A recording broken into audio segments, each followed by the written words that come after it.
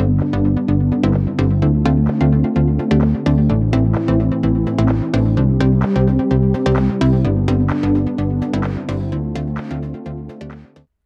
welkom by Gemeente Sonder Grense. Jy is ingeskakel op ons YouTube kanaal. Ek is Henny van der Walt en ons is besig met 'n reeks uit die boek Efesiërs. Ons tema van hierdie reeks is immuniteit. En vandag staan ons stil by deel 32. Met dit dat ek laas Sondag so oor sleutels gepraat het, het ek hierdie week weer daaroor nagedink. En toe onthou ek, daar's nog sleutels waarna ek soek. My posbus se sleutels. Ek weet nie hoeveel mense het deesdae nog posbusse nie, maar ons het. Ek het so ongeveer 3 jaar laas gaan kyk of daar iets in is. En nou die dag, toe kry ek 2 sleuteltjies, wat lyk asof dit posbussleutels kan wees. En ek vra vir my vrou, om tog asseblief te gaan kyk of een van die sleutels op die posbus pas, want sy moet in elk geval winkels toe gaan. Sy kontak my, nee, die sleutels pas nie. Wat nou? Ek sê, vra 'n bietjie vir hulle, of hulle nie vir ons kan kyk of daar in die posbus is nie, of daar enige pos is nie. En jy sal nie glo nie. Na 3 jaar, niks. Dis toe dat ek besef dat ons nie meer 'n posbus nodig het nie. Enige dagvaarding kan hulle maar by my huis kom aflaai. Ek gaan nie betaal vir 'n posbus, net in geval ek gedagvaar word nie. Ek meen, wat is die kanse in elk geval daarvoor? Onnodige stoorplek vra uiteindelik onnodige sleutels, waarvan ek heeltemal te veel het. Al sleutels wat ek regtig nodig het, is my huissleutels en my kluissleutels. En die belangrikste sleutels in my huis is die sleutels van my kluis. Maar wanneer dit kom by die huwelik, is nie eens my kluisdeur so belangrik soos die deur waaroor ek vandag met julle wil gesels nie. Maar voor ek by die teks kom, dink 'n bietjie, watter deur in jou huis is die belangrikste? En nee, dis nie die yskasdeur nie. Weet jy presies watter sleutels daardie deur oopsluit? Dink nou aan jou huwelik.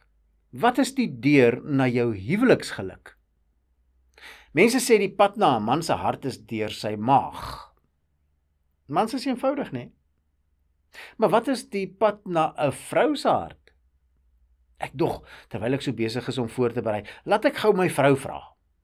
En haar antwoord? Weet jy, ek is nou bietjie besig met ander werk, ek kan jou nie nou die antwoord gee nie, bietjie later. Nou, omdat sy toe nou nie tyd het om my te antwoord nie, toe vra ek maar vir Google. En hier is Google se kort antwoord. There is no single path to a woman's heart, as each person is unique. But a genuine connection built on mutual respect, clear communication, and consistent emotional support is key. En Google is nog nie klaar nie. Building a relationship requires authenticity, being a good listener, showing genuine interest, and creating a sense of emotional safety through empathy and compassion. Consistent actions, kindness, and making her feel valued and secured are more important than grand, fleeting gestures. Het jy dit?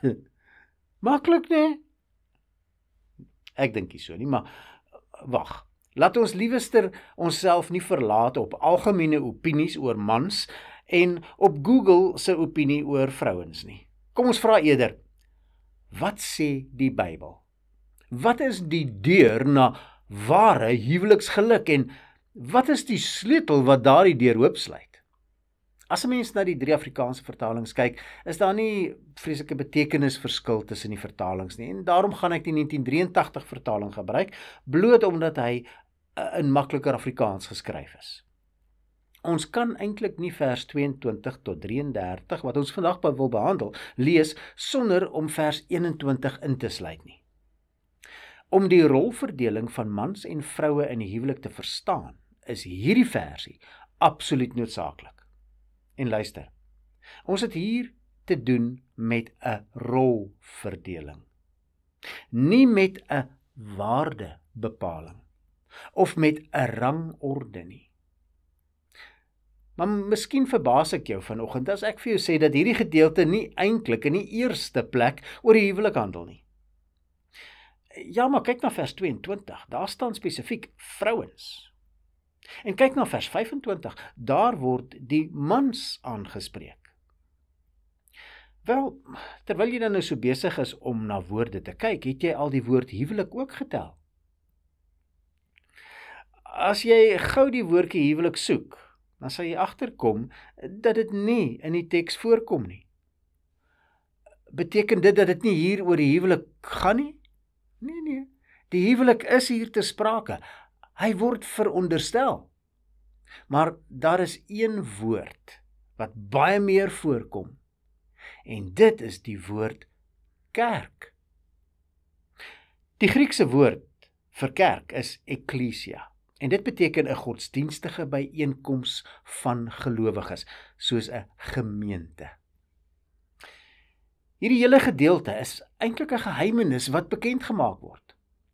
In vers 32 word dit spesifiek so genoem. En wat is die geheimenis? Die beeld van die huwelik wat Paulus gebruik, is vir ons 'n geheimenis oor die kerk. Soos die man en vrou se verhouding in die huwelik, so is ook die verhouding tussen die bruidegom Christus en die bruid, die kerk, se verhouding. Die primêre betekenis is hierdie toepassing. Met ander woorde, op Christus en die kerk, daardie verhouding. Maar dit is ook van toepassing op ons as mans en vroue in die huwelik, so sê die laaste versie. So, dit is nie die huwelik wat die belangrikste is nie, maar die beeld van die huwelik van Christus en sy kerk. Nou dat ons weet dat die huwelik 'n hoër doel het, en dit nie maar net gaan oor hoe mans en vrouens se verhouding moet lyk nie, kan ons gaan na die detail. Kom ons kyk daarna. Ons begin by vers 21, want hier is die deur na 'n gelukkige huwelik. En, for that matter, alle goeie verhoudings. Ons sal nie hierdie deur kan oopkry as ons nie die sleutel het nie. En kan jy raai watter sleutel sluit hierdie deur oop? Ons het verlede week daaroor gepraat. Geesvervulling. Alleen as jy met die Heilige Gees vervul is, sal jy in staat wees om hierdie deur oop te maak. So wat is die deur? Wees uit eerbied vir Christus aan mekaar onderdanig. Die opdrag is dat ons onderdanig moet wees. Wie? Die vroue? Wow, moenie vooruitlees nie. Hier word met alle gelowiges gepraat. En ons moet aan mekaar onderdanig wees. As ons die res van hierdie opdragte vir vroue en mans wil uitvoer, moet ons begin by hierdie een. In Filippense 2 vers 3 word dit ook genoem. So bietjie anders, maar eintlik baie dieselfde.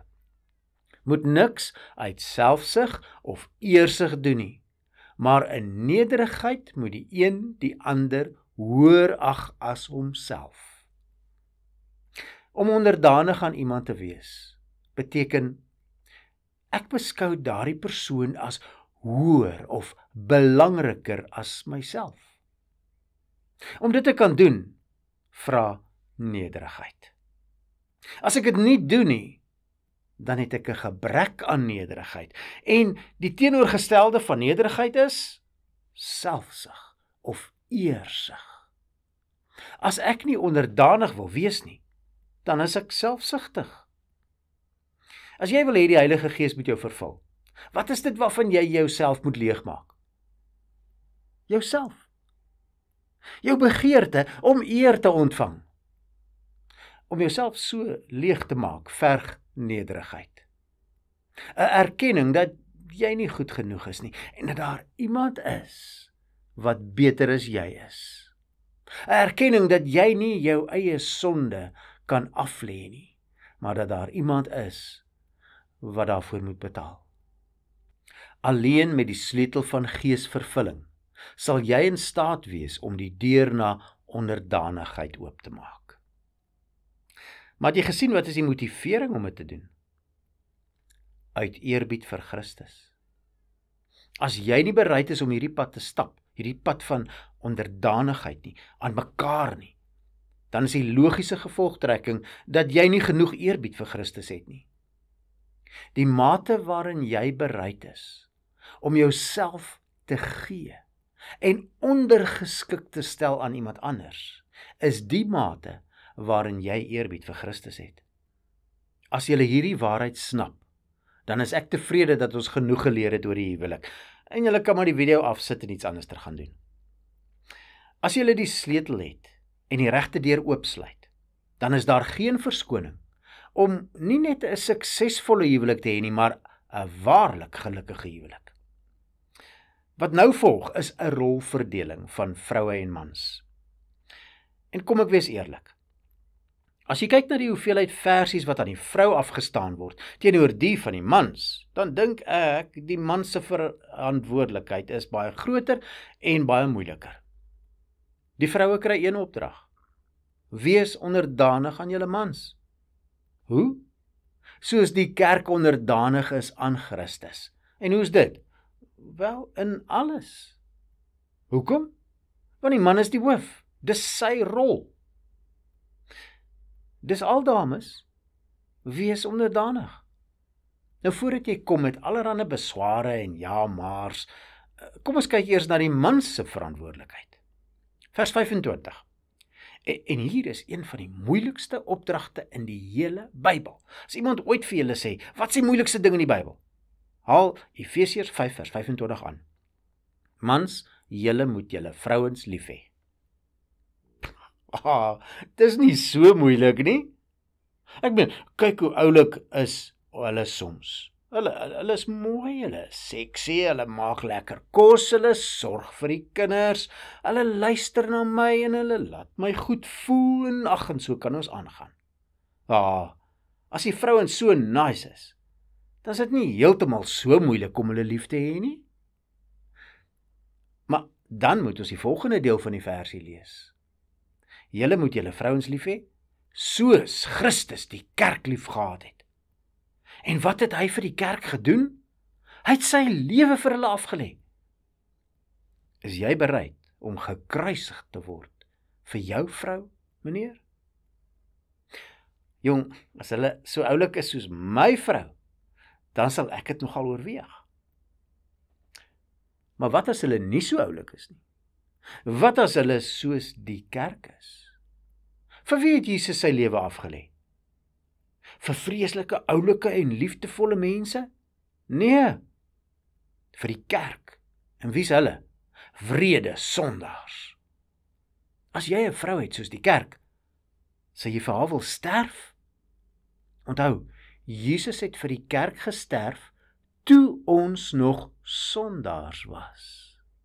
En skielik is dit nie meer so 'n maklike ding nie. Maar kom ons raak prakties. Hoe tree 'n man op wat sy vrou regtig liefhet? Wel, eerstens, wy hy haar aan Christus. Vers 26 sê, dit het hy gedoen, Christus, om die kerk aan God te wy, nadat hy dit met water en die woord gereinig het, sodat hy die kerk in volle heerlikheid by hom kan neem, sonder vlek of rimpel of iets dergeliks, heilig en onberispelik. Ja, hy het die kerk by hom geneem, maar voordat hy dit gedoen het, het hy eers die kerk aan God gewy. Het hy dit eers gereinig. Nou, wanneer 'n mens jou vrou so by jou neem en ons lees hier sonder rimpel of iets dergeliks, sonder vlek, moet ons dit nou nie letterlik opneem nie, hoor. Die vlekkies en die rimpels gaan nie verdwyn nie. Eers wanneer jy jou vrou aan God toegewy het, dan kan jy haar by jou neem. En dis die eerste ding wat 'n man met sy vrou moet doen. Wy haar toe aan die Here. Here, hierdie vrou wat U my gegee het, ek wil haar teruggee aan U. Ek wil hê dat U haar 'n vrou moet maak wat nie net aan U behoort nie, maar wat U dien met alles wat sy het. Nog voordat sy my dien, wil ek hê dat sy eerste vir U moet dien. Here, laat hierdie vrou van my vir U eerste stel en nie vir my nie. Het jy al jou vrou vir die Here gegee? Bid jy gereeld vir haar? Bid jy vir haar geestelike lewe? Vers 29 sê verder, niemand het nog ooit sy eie liggaam gehaat nie. Inteendeel, hy voed en versorg dit, soos Christus sy kerk. Dis wat jy met jou vrou moet doen. Voed jy haar? Nie fisies nie. Dis die man se verantwoordelikheid om seker te maak dat sy vrou geestelik en emosioneel behoorlik gevoed en versorg word. Terwyl ek nou so praat oor die manne se verantwoordelikheid in die huwelik, sien ek al in my geestesoog hoe die dames daar sit. Hulle het lankal ophou luister, want hulle het vasgehaak by die feit dat hulle onderdanig moet wees aan hierdie vreeslike man van my. Maar dames, besef julle, dat as julle man so lief het, soos wat Jesus die kerk het, julle geen probleem sal hê om aan hom onderdanig te wees nie. Dit sal die maklikste ding in die wêreld wees om iemand soos Jesus lief te hê. En manne, as jou vrou nie bereid is om onderdanig aan jou te wees nie, vra jouself 'n bietjie af. Is jy regtig lief genoeg vir haar? Mans is baie gou om hulle vroue daaraan te herinner dat hulle onderdanig moet wees. Maar wat hulle eerder behoort te doen, is om hulle self te herinner dat hulle die verantwoordelikheid het vir die geestelike en emosionele gesondheid van hulle vrouens. En dat hulle, deur hulle liefde, vrouens moet motiveer om onderdanig te wees. Maar vroue, kortom, as jy nie onderdanig wil wees nie, dan is jy selfsugtig. Manne, as jy nie bereid is om jouself in liefde op te offer vir jou vrou nie, dan is jy gevul met selfsug. Paulus vergelyk die verhouding tussen God en die kerk met die huwelik. Vers 31, net soos 'n man sy vader en moeder verlaat en saam met sy vrou lewe, en hulle twee sal een wees. Net so behoort kinders van God hulle ou lewens agter te laat en een te word met Christus. As ons nie breek met die ou mens nie, dan sal ons nie as oorwinnaars kan leef nie. En dan kom Paulus by die geheimenis. Die huwelik is heilig. Die huwelik is bedoel vir gelowiges. Die huwelik het 'n groter doel as die man en vrou se geluk. Die doel van die huwelik is om die wêreld te wys hoe lyk die verhouding tussen God en sy kinders. As die huwelik nie heilig gehou word nie, en ons maak van enige tipe verhouding 'n huwelik, dan beroof ons die huwelik van sy ware betekenis. As daar ontrouheid in 'n huwelik is, en ons pas ons eie reëls daarop toe, dan verwater ons die verhouding tussen God en sy kinders. As ons in 'n verhouding ingaan met mense wat nie deel van God se verbond is nie, dan wys ons eintlik vir die wêreld dat God eintlik ongelowiges ook aanvaar. En heidene is ook vir hom aanvaarbaar. En dit is 'n blaatante leuen. Dis teen dit wat die Bybel vir ons leer. Daarom is die huwelik 'n plegtige, openbare verbond tussen twee mense. Net soos God se verbond met ons is. Net soos die voorwaarde vir twee mense om in so 'n verbond verenig te word, geloof in Jesus Christus alleen is, so is dit ook die voorwaarde om deel te wees van God se verbond met die kerk. Jou huwelikse doel is beslis om met mekaar een te word en gelukkig te wees, maar is baie meer nog 'n voorbeeld vir die wêreld van Jesus se verbond met sy kerk. As jy in 'n huweliksverhouding wil leef sonder die huwelik, wel, dan soek jy die voordele sonder die verantwoordelikhede.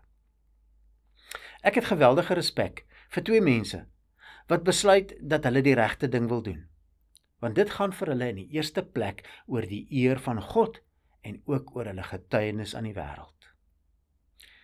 Talle van julle wat vandag na hierdie boodskap luister, het al tevore op hierdie punt gekom en die besluit geneem om die regte ding te doen, terwille van God en terwille van julle getuienis aan die wêreld. Die byproduk van julle keuse was vrede en uiteindelik ook vreugde. Maar nou het julle die verantwoordelikheid, eerstens teenoor God en tweedens teenoor die wêreld. En eers daarna teenoor mekaar, om so te leef dat julle 'n eer is vir God, dat julle 'n getuienis is teenoor die wêreld en dat julle 'n seën is vir mekaar. Daarom moet jy jou vandag afvra: weet ek wat is die deur na 'n gelukkige huwelik? Gebruik ek daardie deur om toegang tot huweliksgeluk te kry? Eenvoudig gestel, is ek bereid om my huweliksmaat altyd belangriker te ag as myself? Wanneer jy besluite neem, wie se idees is die belangrikste? Wanneer jy met mekaar verskil, is jy bereid om jou opinie te verander?